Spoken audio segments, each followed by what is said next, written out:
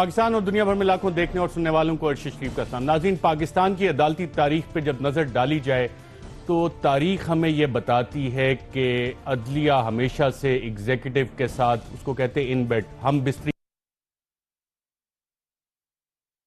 लेकिन फिलबदी तो मुझे यही आ रहा है कि it has always been in bed with the executive. लेकिन ये तारीख एक वक्त आया कि बदली, और वो बदली जब आज़ाद अदलिया के लिए कौम निकली और उस कारवां की क़यादत कर रहे थे senator barrister Aitzaz Ahsan, leader of opposition in senate. Senator Aitzaz Ahsan sahab, बहुत शुक्रिया प्रोग्राम में शिरकत करने का। नाज़रीन, जब हम इस अदालती तारीख को देखते हैं जो आज़ाद अदलिया से पहले की थी, तो उसमें हमें मौलवी तमीजुद्दीन खान का केस नजर आता है, 200 केस नजर आता है, हाजी सैफुल्लाह किला केस नजर आता है। इन केसेस की तारीख इंतहाई इंटरेस्टिंग है। जब इसको पढ़ा जाता है तो नजरिया जरूरत भी उसमें नजर आता है। ये नजरिया जरूरत होता क्या है और इसके क्या आज भी कोई असरात हो सकते हैं पाकिस्तान की अदालती तारीख में? जस्टिस मुनीर के बारे में तारीख लिखती है, आज से तकरीबन 50 साल पहले उन्होंने जो फैसला दिया था कि वो एक बदनुमा दाग है पाकिस्तान की अदालती तारीख पे। और जस्टिस मुनीर साहब से ये बात मंसूब की जाती है, वो कहते थे कि जनाब कोई भी क्रिमिनल केस हो तो मैं उस पर 2 जजमेंट्स दे सकता हूं, एक ऐसी जिसमें कि मुलजिम जो है उसको सजा मिल जाए और एक वो बाइज्जत बरी हो जाए, और दोनों लीगली जो हैं वो सही होंगे। ये उनसे बात मंसूब की जाती है और कहते थे जज डिसाइड करता है जनाब क्या कानूनी है क्या नहीं है। तो आज क्या वाकई अदालती तारीख बदल गई है? सेनेटर एतजाज एहसन साहब, आपने आज़ाद अदलिया की मुहिम चलाई, आज़ाद अदलिया वाकई अब है तमाम फिक्रों से आज़ाद, एग्जीक्यूटिव प्रेशर से आज़ाद? बहुत हद तक पहले से बहुत ज़्यादा आज़ाद है और बाइख्तियार है। इस वक्त वफाकी सेक्रेटरी या आईजीज़, ब्यूरोक्रेसी, सुप्रीम कोर्ट या हाई कोर्ट के जजेस के आगे वाक़तन थर थर कांपती है। ये एक इख्तियार है, ये एक एम्पावरमेंट है जो पहले नहीं थी। इसका कोई, मैं ये नहीं कह रहा हूँ कि इसका सारा मुस्बत ही फ़ायदा और असर हुआ है। बहुत जजेस ने इस ताकत को जो बेसिकली लॉयर्स मूवमेंट ने उनको दी, उसका गलत इस्तेमाल भी किया। ख़ुद इफ्तिखार मोहम्मद चौधरी चीफ जस्टिस जो थे वो एक अपने एजेंडे पे लग पड़े, और बहुत सारे ऐसे जजेस हुए। जब मुझे पूछा जाता है कि लॉयर्स मूवमेंट के हासिल क्या हुए, तो मैं तो 2 कहता हूँ। एक मुतशद्दद वकला, बिल्कुल स्ट्रेट कहता हूँ, मुतशद्दद वकला, और दूसरा मुतकब्बर जज। अमूमन जब पावर आती है, एम्पावरमेंट होती है, जब आप ये कर सकते हैं कि आप बुलाएं, तलब करें आईजी को, और आईजी 1 दिन में या 4 घंटों में, 3 घंटों में पेश हो, तो उससे एक एम्पावरमेंट आती है। उसमें बदकिस्मती से हमारे माशरे में कोई भी हो, इंसान है, कोई फरिश्ते नहीं है, कोई ऐसी मखलूक नहीं है कि जो इंसान ना हो। ये जजेस भी वैसे ही हैं, पर उससे थोड़ा सा तकब्बर आ जाता है। सेनेटर एतजाज एहसन साहब, जिसको आप कह रहे हैं कि जजेस मुतकब्बिर हो गए, और आपने साबिक चीफ जस्टिस इफ्तिखार चौधरी का भी जिक्र किया, उनकी अदालत में पुलिस वाले भी हाजिर होते थे और जैसे आपने कहा नोटिस होता था, हाजिर होते थे। लेकिन आम आदमी को उस वक्त एक उम्मीद होती थी जिसको जुडिशियल एक्टिविज्म का फेस कहा गया, और आपकी पार्टी ने उस पर सफर भी किया उस जुडिशियल एक्टिविज्म की वजह से। लेकिन आम आदमी के लिए तो बहुत अच्छे अच्छे फैसले थे, करप्शन के खिलाफ बहुत अच्छे अच्छे बोल्ड किस्म के फैसले जस्टिस इफ्तिखार चौधरी की अदालत ने दिए, ऐसा नहीं है? नहीं, उन्होंने दिए, फैसले दिए। फैसले बेसिकली वैसे उसमें एक पर्सनल आंसर अमूमी तौर पे होता था। किसी भी जजमेंट में जो जज की पर्सनैलिटी है वो रिफ्लेक्ट नहीं करती?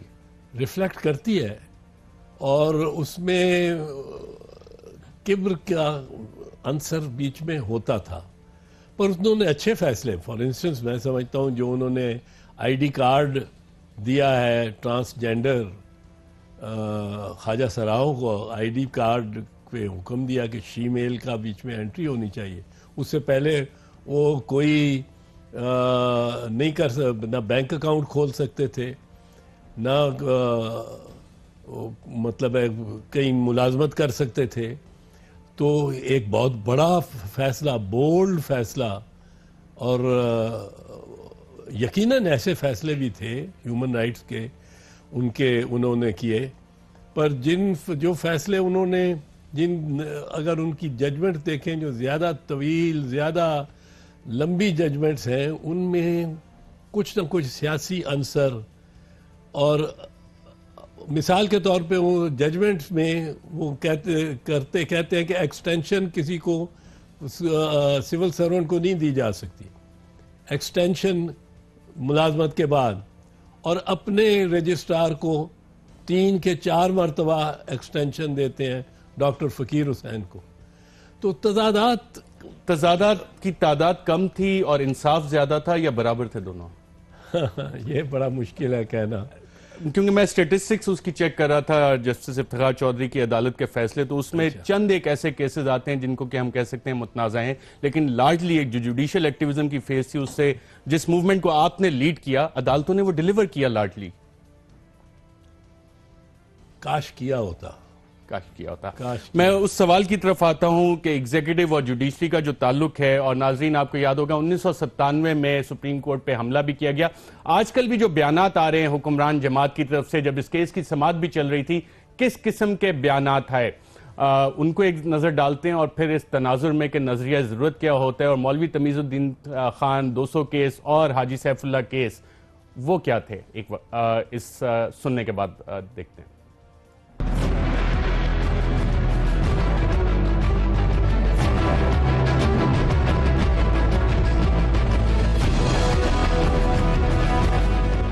सुप्रीम कोर्ट से तुम ताबूत निकालोगे तो फिर इस मुल्क में हर गली चौक चौराहे से फिर ताबूत निकलेंगे।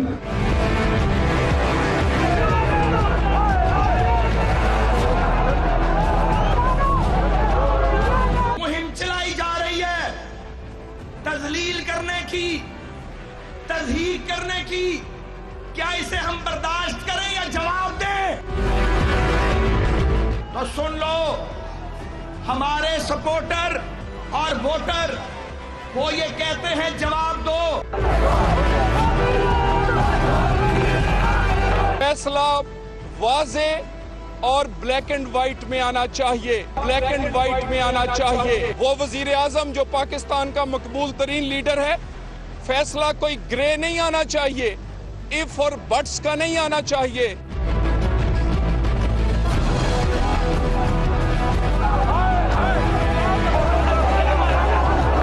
अगर अवामी मैंडेट से अलहदा करने की कोई भी कोशिश की गई और किसी तरफ से भी हुई, कोई भी उसका हिस्सा बना, तो उसे अवाम के बेपनाह और शदीद तरीन रद्द अमल का जो है वो सामना करना पड़ेगा। तंज किए जाते हैं, तज़हीक के जुमले बोले जाते हैं।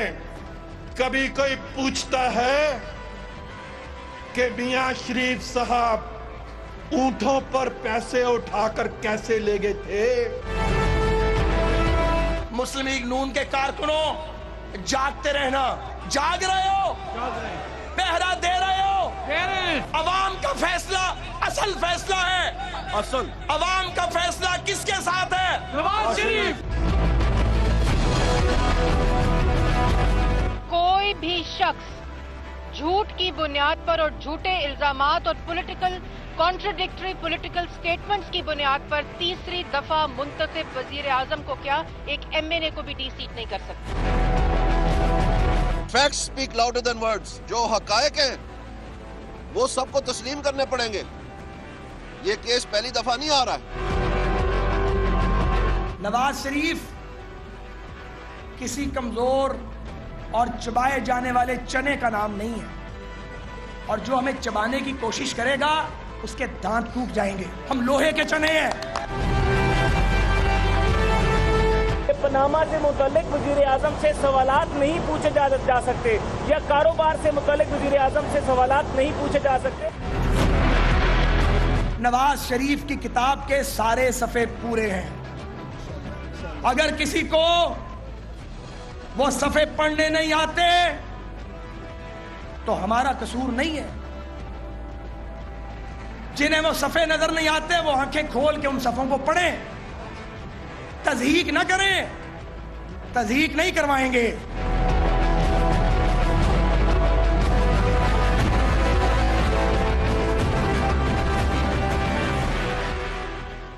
जी, सेनेटर एतराज़ एहसन साहब, पाकिस्तान की अदालती तारीख और एग्जीक्यूटिव पावर इस वक्त नून लीग के पास है। मैसेजिंग हो रही है, सुप्रीम कोर्ट को माजी याद दिलाया जा रहा है। नहीं, ये तो धमकियां, खुली धमकियां दी जा रही हैं। इसमें तो कोई मैसेजिंग या नुएंसेस वगैरह, कोई इशारे किनारे नहीं है। इसमें तो सीधी वो कह रहे हैं कि हम किताब नहीं पढ़ सकते हो तो पढ़ो ना। मतलब है नवाज शरीफ एक third time elected prime minister है, उससे टकराओ मत, उससे टकराओगे तो तबाह हो जाओगे। और ये क्लियरली सुप्रीम कोर्ट के लिए, ये अपोजिशन के लिए नहीं है। ये जो मैसेजिंग सुप्रीम कोर्ट के बाहर की जाती है, ये अपोजिशन की पार्टीज के लिए नहीं है, ये तो क्लियरली सुप्रीम कोर्ट। और सुप्रीम कोर्ट ने बहरहाल दरगुजर से काम लिया है। और वैसे भी मैं समझता हूँ कि केस में भी सुप्रीम कोर्ट ने नरम हाथ रखा है। अब तो हियरिंग ख़त्म हो गई है ना। जो करना चाहिए था सुप्रीम कोर्ट को, इस बेंच को, आर्टिकल 184(3) की जुरिस्डिक्शन खुद कहते हैं इंक्विजिटोरियल है। इससे सुप्रीम कोर्ट के फैसले हैं कि सुप्रीम कोर्ट ने खुद भी दरियाफ्त करना है कि हक सच क्या है। सिर्फ पार्टी ने साबित नहीं करना, खुद भी करना। एक दूसरा, एक पार्टी आधा केस तो तस्लीम कर लिए जो कर रही है, जो मुखालिफ पे बारे सबूत था वो बारे सबूत उन्होंने डिस्चार्ज करवा दिया, खुद ही ये मान के कि ये असासे, अरबों के असासे हमारे हैं। तीसरा, अब उसके बाद उस पार्टी ने ही जिसने असासे तस्लीम करनी है, वो बताना था कि सुप्रीम कोर्ट को कि ये जायज़ तरीके से आमदन से बनाए गए हैं, जायज़ आमदन से। अब ये सुप्रीम कोर्ट का भी फ़र्ज़ है और बेंच का फ़र्ज़ था कि उस हकीकत तक पहुँचे। और हकीकत तक पहुँचने में एक दिन लगता था कि जिस दिन नवाज शरीफ ने कहा कि मेरे पास सारे सबूत हैं, सब दस्तावेज़ात महफूज है, पर जिस दिन उसके वकील ने वहाँ अदालत में कहा कि हमारे पास कोई सबूत नहीं है, कोई दस्तावेज़ात नहीं है, और हमने 25 साल दादा साहब ने बिजनेस की है कतर में और उसका कोई बैंक का सबूत नहीं है, कोई अकाउंट नहीं खुला, कोई कंपनी रजिस्टर नहीं हुई, इनकॉर्पोरेट नहीं हुई, कोई जमा खाता, कोई बही खाता, औरंगज़ेब के ज़माने का बही खाता भी किस्म की कोई चीज़ नहीं है। तो सुप्रीम कोर्ट को चाहिए था नवाज शरीफ को हुक्म देते, अगर तलब नहीं करना भी था तो हुक्म देते कि वो रिकॉर्ड जो आपने कौमी असम्बली में कहा है कि आपके पास है, आप पोशीदा रख रहे हैं हमसे। किस तरह रख सकते हैं आप हमसे पोशीदा? हम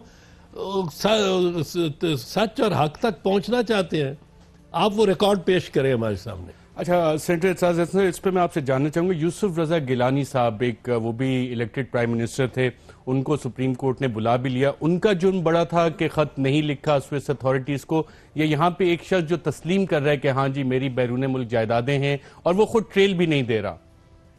देखें, यूसुफ रज़ा पे तो मनी लॉन्ड्रिंग का तो इल्ज़ाम नहीं था ना, उस पर तो इल्ज़ाम था एक कॉन्स्टिट्यूशनल मिस इंटरप्रिटेशन, ज़्यादा से ज़्यादा आप कह सकते हैं कि वो उसका, जो मैं उसको दुरुस्त समझता हूँ, पर उसका ये मानना था और मेरा ये मानना था, मैं उसका वकील था, कि आर्टिकल 248 के तहत सदर जो भी है, वो तारड़ साहब है, वो ममनून हुसैन है, वो आसिफ अली जरदारी है, वो फारूक लगारी है, जब तक वो सदर है उसको कोई अदालत, ना पाकिस्तान की ना पाकिस्तान के बाहर की, उसको तलब नहीं कर सकती, तलब भी नहीं कर सकती। और यूसुफ रज़ा का जुर्म यह था कि उसको कहा गया कि तुम एक मैजिस्ट्रेट को, गैर मुल्की मैजिस्ट्रेट को खत लिखो कि वो पाकिस्तान के सदर, तुम्हारे सदर को तलब करे और ट्राई करे। और अब ये जुर्म था उसका कि उसने कहा कि मैं आर्टिकल 248 के तहत। चलो उन्होंने तो खत नहीं लिखा। नवाज शरीफ साहब, कंपैरिजन अगर दोनों केसेस का तो इन पे तो मनी लॉन्ड्रिंग का जो इल्जाम है वो मनी लॉन्ड्रिंग का है। इन्होंने तस्लीम किया है कि चाहे बेटे ने के नाम पे है, खुद तस्लीम किया है कौम से खिताब में कि जो शख्स नाजायज दौलत रखता है वो अपने नाम नहीं रखता, वो होल्डर ऑफ पब्लिक ऑफिस अपने नाम नहीं रखता, वो बेटे के नाम पे, बेटी के नाम पे, बीवी के नाम पे, भाई के नाम पे, बहन के नाम पे, माँ के नाम पे, बाप के नाम पे रखता है। और असासा जात के जो केसेस हैं उसमें अगर किसी अफसर के बेटे के 3 प्लॉट डिफेंस में या घर में मिल जाए तो पकड़ा वो अफसर जाता है, नैब उसको पकड़ती। सो प्राइम मिनिस्टर का नाम पैनामा में जब ये कहते हैं नहीं आया, वो बेटा और बेटी का आ गया तो वो प्राइम मिनिस्टर का ही आया, as the principal accused prime minister का आया। उस पे प्राइम मिनिस्टर अब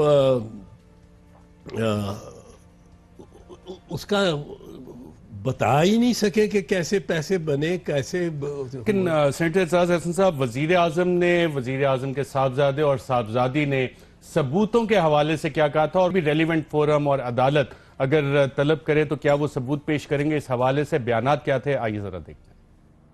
हर चीज का जो ना सबूत मेरे पास है, तो आप जो है ना अपना मुझ तक ही रहने दें। अगर लेट से कि जो है ना कल को मुझे ये बात आप जो है ना कानूनी तौर पे कोर्ट ऑफ लॉ पूछेगा तो मैं वहां पे दूंगा। इंतजार में है कि कोई ऐसा फोरम जल्द से जल्द बने और ताकि हम अपने जो मामलात है वहां रख सकें कौम के आगे। दुबई और जद्दा की फैक्ट्रियों के हवाले से तमाम रिकॉर्ड और दस्तावेज मौजूद हैं। हजूर, ये हैं वो जराए और वसाइल जिनसे लंदन के फ्लैट्स खरीदे गए। जी, सेनेटर एजाज हसन साहब रेलिवेंट फोरम पे पेश कर देंगे, जराए मौजूद है, सारी चीज़ें। तो वजीर आजम साहब को आप कह रहे हैं बुलाया नहीं गया, क्या आइंदा ऐसी कोई स्टेज फैसले के बाद आ सकती है, कोई कमीशन फॉर्म हो जाए कि जी वजीर आजम को तलब किया जाए और आके बयान दें? कमीशन फॉर्म करना तो लंबा मामला चला देने की वाली बात है ना, वो तो लंबा मामला है। ये तो बेंच खुद कर सकती थी और इसको करना चाहिए था। कमीशन बनता नजर आ रहा है आपको? अब तो मुझे लगता है कि जो बीच के में जो फैसला होगा वो ये देखें ना, अब इस वक्त सूरत हाल क्या है। मेरे ख्याल में नवाज शरीफ का जो डिफेंस है वो अदालत तस्लीम नहीं कर सकती। ये मैं कॉन्स्टिट्यूशनल लॉयर बात की कह रहा हूँ, क्योंकि उसका डिफेंस ये है कि 25 साल कतर में वालिद साहब ने जो बिजनेस की, जिसका कोई रिकॉर्ड ही नहीं, कोई रिकॉर्ड नहीं, कोई बैंक अकाउंट नहीं, कोई कुछ नहीं, उससे ये 5-6 अरब रुपए बने जिससे ये असासे खरीदे गए या जितने भी बने, और वो बाहर बने और अंदर पाकिस्तान में वो डिक्लेयर ही नहीं हुए। वालिद साहब ने डिक्लेयर ही नहीं किए, although he was a tax payer and income tax assessee, उसने डिक्लेयर ही नहीं किए, ना वो कभी कतर गए। वो उसका सबूत क्या है? 2 कतरी खत, एक कतरी शहजादे के 2 खत।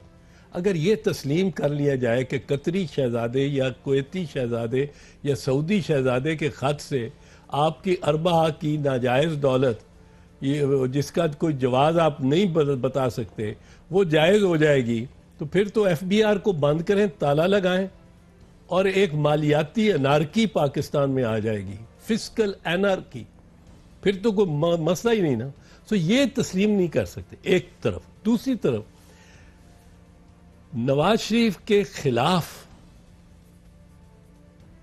अगर फैसला पूरी तरह होना था, जिस तरह जो लोग तवक्को लगाए बैठे हैं, तो फिर उससे वो दस्तावेजात और सबूत जो वो कह रहा है, जो उसका बेटा कह रहा है, जो उसकी बेटी कह रही है कि हम पेश करेंगे, हम तो इंतजार कर रहे हैं कि कभी कोई फोरम ऐसा आए जहां हम अपने दस्तावेजात पेश कर सकें, उन्होंने पेश ही कुछ नहीं किया। अदालत ने तलब ही कुछ नहीं किया, अदालत ने मांगा ही नहीं। आपके ख्याल में क्यों नहीं मांगा? नजरिया जरूरत तो हमने सुना था दफन हो गया है, नजरिया जरूरत अगर दफन हो गया तो क्यों नहीं मांगा?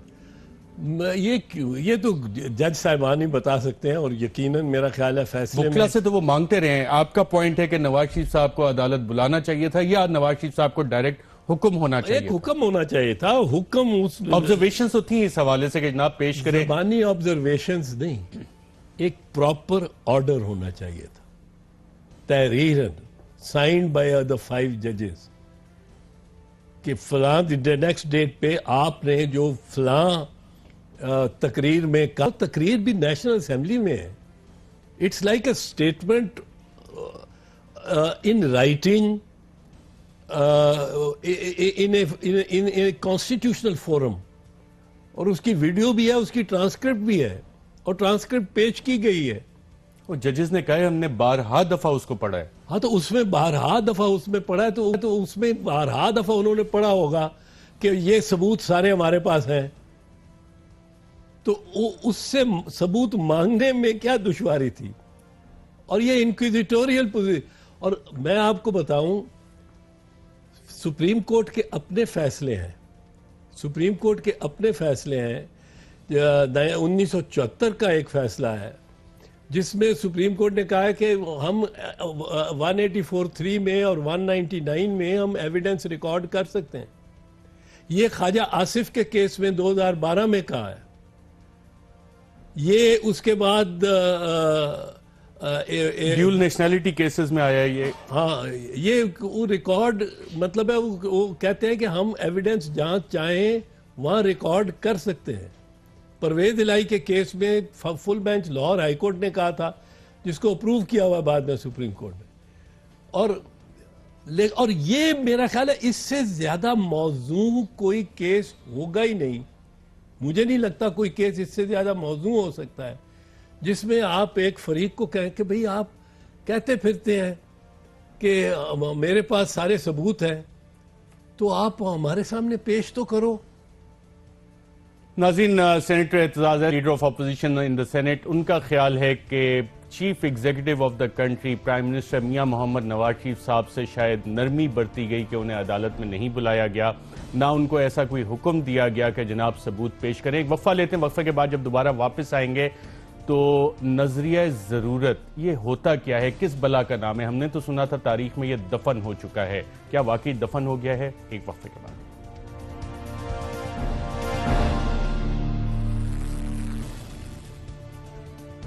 वेलकम बैक नाज़रीन। तारीख की एक अच्छी चीज़ है कि अगर आप उसे दोहराते रहें तो फिर आप मुस्तकबिल में वो गलतियां नहीं करते, अगर आप तारीख से कुछ सीखें।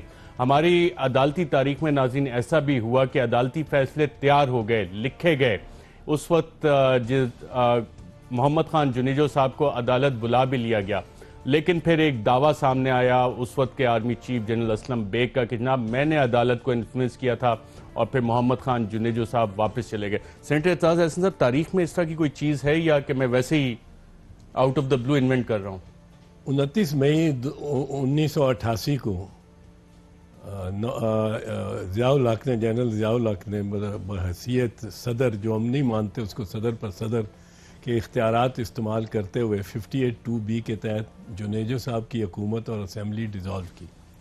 हाजी सैफुल्लाह साहब एक MNA थे भावलपुर से, हालांकि वो हुकूमती जमात में नहीं थे, उन्होंने चैलेंज कर दिया उसको सुप्रीम कोर्ट में 184(3) के तहत, इसी सेक्शन के तहत, और वो फैसला पढ़ने वाला है। उसमें फैसले से भी कुछ आया होता है कि उसमें जो 90% फैसला या 95% वो ये साबित करता है और इस नतीजे पे पहुंचता है कि जो कुछ ज़ियाउल हक ने किया वो गलत था, वो गैर आईनी था, गैर कानूनी था, वो फस्क था। और आखिरी पैराग्राफ फिर जो नतीजा उससे निकलना चाहिए था कि असेंबली बहाल हो जानी चाहिए थी, हुकूमत बहाल होनी चाहिए थी, और जुनेजो साहब को रावलपिंडी में सुप्रीम कोर्ट हुआ करता था उस वक्त, जुनेजो साहब को और आउट राइडर्स मोटरसाइकिलें और वो सारे बुला लिए गए कि वो सुन ले फैसला। लेकिन आखिरी जो 3-4 पैराग्राफ हैं उनमें एक बिल्कुल गुरेज हुआ और वो कहा गया ताहम हम असेंबली को रिस्टोर नहीं करते, बहाल नहीं करते, हुकूमत को बहाल नहीं करते, और जो इलेक्शन अनाउंस हुई है उसको, और उसकी वजह असलम बेग साहब उस वक्त के आर्मी चीफ की कॉल थी जिस पे कंटेम्प्ट भी लगा। फिर बाद में असलम बेग साहब ने ये क्लेम किया था किसी फोरम पे और कंटेम्प्ट। जस्टिस सईदुज़्ज़मान सिद्दीकी साहब मरहूम ने मेरे ख्याल से कंटेम्प्ट में चार्ज किया था। इससे आगे जो सवाल फिर बन रहा है वो ये कि एक लफ्ज़ होता है कानूनी जिम्नास्टिक्स और तकनीकी इंसाफ। तकनीकी इंसाफ हुदैबिया पेपर मिल रेफरेंस केस में भी हमने देखा, शरीफ खानदान को मिलता रहा। मौलवी तमीज़ुद्दीन खान से शुरू करें अदालती तारीख तो हमें वो तकनीकी इंसाफ के बहुत सारी मिसालें नज़र आती हैं। इसको कानूनी जिम्नास्टिक्स कहते हैं या कि जो कंप्लीट जस्टिस 187 में लिखा हुआ है वो मुख्तलिफ होता है? देखें, जहाँ तक ताल्लुक है जस्टिस मुनीर साहब का और तमीज़ुद्दीन का फैसला, तमीज़ुद्दीन के फैसले, तमीज़ुद्दीन स्पीकर थे कौमी असम्बली के, वो जब गवर्नर जनरल गुलाम मोहम्मद ने डिसमिस की असम्बली 1953 में, तो वो हाई कोर्ट गए, Sindh high court. Sindh high court ने उनकी असम्बली को बहाल कर दिया। उस पर गवर्नमेंट गई सुप्रीम कोर्ट, फेडरल कोर्ट होता था उस वक्त, फेडरल कोर्ट में। फेडरल कोर्ट में गई तो फेडरल कोर्ट में एक टेक्निकल पॉइंट पे उसको रिट को जो सिंध हाई कोर्ट में हुई थी उसको उन्होंने कलअदम करार दे दिया कि आर्टिकल 222A जिसके तहत वो रिट हुई थी उसको गवर्नर जनरल की कंसेंट नहीं, असेंट नहीं मिली थी। अब मुश्किल पड़ गई, बहुत सारे कवानीन को गवर्नर जनरल की असेंट नहीं थी, तो और असेंबली थी नहीं, तो ऑर्डिनेंस के ज़रिए चलाना शुरू किया गवर्नर जनरल ने हुकूमत को। उस पे यूसुफ पटेल एक गिरफ्तार हुए, वो गए सुप्रीम कोर्ट कि ऑर्डिनेंस के तहत ऑर्डिनेंस मेकिंग पावर नहीं है और ऑर्डिनेंस के जब तक असेंबली ना हो ये हुकूमत नहीं चल सकती। फिर बड़ा दिलचस्प फैसला दिया सुप्रीम कोर्ट ने, फेडरल कोर्ट ने। वो फैसला ये दिया कि नए इलेक्शन लाजमी है कराने, नए इलेक्शन होने लाजमी है और गवर्नमेंट ये कराने की पाबंद है, लेकिन गवर्नमेंट जो इलेक्टोरल कॉलेज है वो खुद चूज कर सकती है। वो सारी अवाम राय आमा हो या कोई इलेक्टोरल कॉलेज, तो इलेक्टोरल कॉलेज बना लिया गया। जो सूबाई असम्बलियाँ थीं वो इलेक्टोरल कॉलेज बन गई। ऐसा हुआ कि एक डिस्ट्रिक्ट से डिस्ट्रिक्ट वाइज किया, 2 MPA थे और 2 ही MNA होने थे। उन दोनों ने अपने एक दूसरे को दोनों वोट डाल के खुद कौमी असम्बली में आ गए। तो 1956 की असम्बली जो बनी, जिसने 1956 का आइन दिया, वो इसी तरह बनी। ये जिम्नास्टिक्स तो ये थे। फिर उसके बाद इन्हीं कानूनी जिम्नास्टिक्स की जो बुनियाद पड़ी हमारे अदालती फैसलों की, जो ओवर द इयर्स फिर आते भी रहे, वो नजरिया जरूरत की ईंट लगा दी गई उन अदालती फैसलों में। यहाँ से शुरू हुआ था मामला। 200 का केस जो था वो अयूब खान ने मार्शल लॉ लगाया 7 अक्टूबर को। 10 दिन के अंदर अंदर एक केस, 200 का केस, यही 200 एक शख्स था, एक मुल्जिम था, उसने चैलेंज कर दिया कि जी अदालत के पास इख्तियार क्यों नहीं, क्योंकि मार्शल लॉ लग गया, आइन कोई नहीं, अदालत कोई नहीं। तो जस्टिस मुनीर साहब ने एक बड़ा मारकतुल आरा जुमला दिया। उन्होंने कहा a successful coup d'etat is an internationally recognised legal method of changing a government. जबकि उसमें विल ऑफ द पीपल का जिक्र था केल्सन थ्योरी में, उसमें लीगल जिम्नास्टिक्स खेली यहाँ पे। उन्होंने ये कहा ये सक्सेसफुल कू डिटर, अगर बगावत सक्सेसफुल हो जाए तो वो एक legal method of changing a government. इस 200 के केस को 1972 में आसमा जिलानी के केस में सुप्रीम कोर्ट ने कहा हमने दफन कर दिया, मार्शल लॉ को दफन कर दिया। और जस्टिस याकूब अली ने तो यहाँ तक कहा, उनके अल्फाज हैं कि when this coercive apparatus of the state is in the hands of the usurper, जो याया खान था उस वक्त, अब जेल में था, कैद में था। When the coercive, while the coercive apparatus of the state is in the hands of the usurper, the courts are silent. But as soon as the coercive apparatus of the state falls from his hands, he will be brought to justice and punished. इसके खिलाफ इस पे कहा गया कि जी martial law को बैरी कर दिया। फिर आ गया बेगम नुसरत भुट्टो साहबा का केस, मरहुमा का। जब जियाउल हक ने मार्शल लॉ लगाया तो गुरेज कर गया आसमा जिलानी के केस से, और उसको और ये लीगल जिम्नास्टिक्स चलती रही, लेकिन ये अदालती तारीख तो आपने आजाद अदलिया की मुहिम चला के दफन नहीं की। हमारी कोशिश तो थी, हमारी ख्वाहिश तो ये थी कि ये दफन हो और एम्पावर्ड जजेस हों। इस पे तो फातिहा भी पड़ी गई थी, आप पे फूल निछावर किए गए थे, काफले, टीयर गैस, लाठीचार्ज सबने खाई थी। मुझे कुर्द साहब का वो विजुअल भूलता नहीं है, जिस तरह उन्हें बालों से पकड़ के लेके गए थे। लतीफ खोसा साहब ने पहला डंडा खाया था। मुझे इतनी कुर्बानियां किस लिए थी? आपके ARY पे वो दिखाया सीन, पेट में पत्थर इतना बड़ा मारा पुलिस वालों ने, और हम लेकिन ये सब कुछ इसलिए हुआ था कि एक आजाद अदलिया हो, और जो एग्जीक्यूटिव, जैसे अमेरिका में हम जब मिसाल देते हैं अमेरिकी अदालती निजाम की, तो चीफ जस्टिस जॉन मार्शल का नाम वहां पे आता है कि उन्होंने बड़े बोल्ड किस्म के फैसले दिए, उनका नाम तारीख में लिखा जाता है। पाकिस्तानी अदलिया की तारीख में जस्टिस कॉर्नेलियस का नाम लिखा जाता है कि बोल्ड फैसले उन्होंने दिए। अब भी बोल्ड फैसले की तवक्को है आपको या नहीं? नहीं, बोल्ड या नॉन बोल्ड, ये जो अगर तवक्को इस फैसले की आप कर रहे हैं जो कि अभी आया नहीं है, जिसके बारे में बहुत क्या साराइयाँ हो रही हैं, मैंने तो अर्ज़ कर दिया कि दो इंतहाएं नहीं हो सकती इसमें। नवाज शरीफ का डिफेंस नहीं माना जा सकता, और नवाज शरीफ के खिलाफ जो मटीरियल था, जो एविडेंस था, उसने खुद मटेरियल को पेश करके एविडेंस बना देना था, वो चूँकि रिकॉर्ड पे लाया नहीं गया, इसलिए उसके खिलाफ भी कोई ऐसा फैसला मुमकिन नहीं लगता कि जो अदालत और लोग कहें कि जी ये नवाज शरीफ के खिलाफ है, जिस तरह का यूसुफ रज़ा गिलानी के खिलाफ वाज़ेह फैसला आया था फॉर इंस्टेंस। नाज़रीन, एविडेंस की एक दफ़ा फिर बात हुई। सिर्फ आपको याद कराते चलें कि हुकूमती वुज़रा, हुक्मरान जमात के लोग इन सबूतों के हवाले से क्या कहते रहे, जो सबूत के सुप्रीम कोर्ट में पेश ही नहीं किए गए। आइए एक नज़र डालते हैं। ऐवान की मुजव्वज़ा कमेटी जो भी फोरम और तरीक़ाकार तय करेगी, मेरे बयान करदा हक़ाइक़ की मज़ीद तफसील तमाम तर शवाहिद के साथ उसके सामने रख दी जाएगी।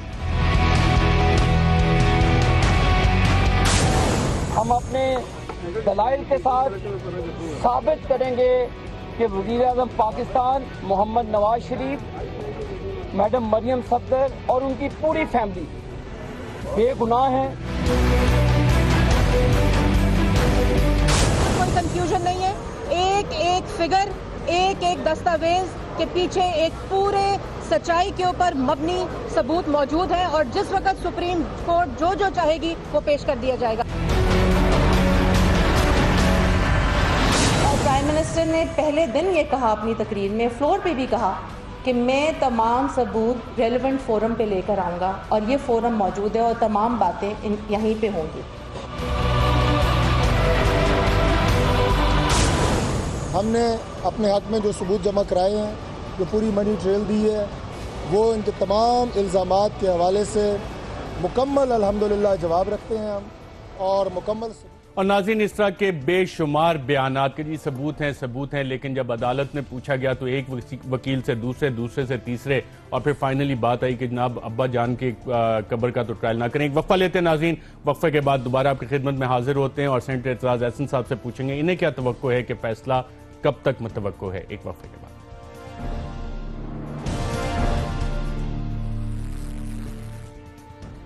वेलकम बैक नाज़रीन। आजकल एक सवाल हर जगह हो रहा है, पनामा केस का फैसला आखिर कब आएगा? एक ऐसा फैसला जिस पर पूरी कौम की नजरें लगी हुई हैं।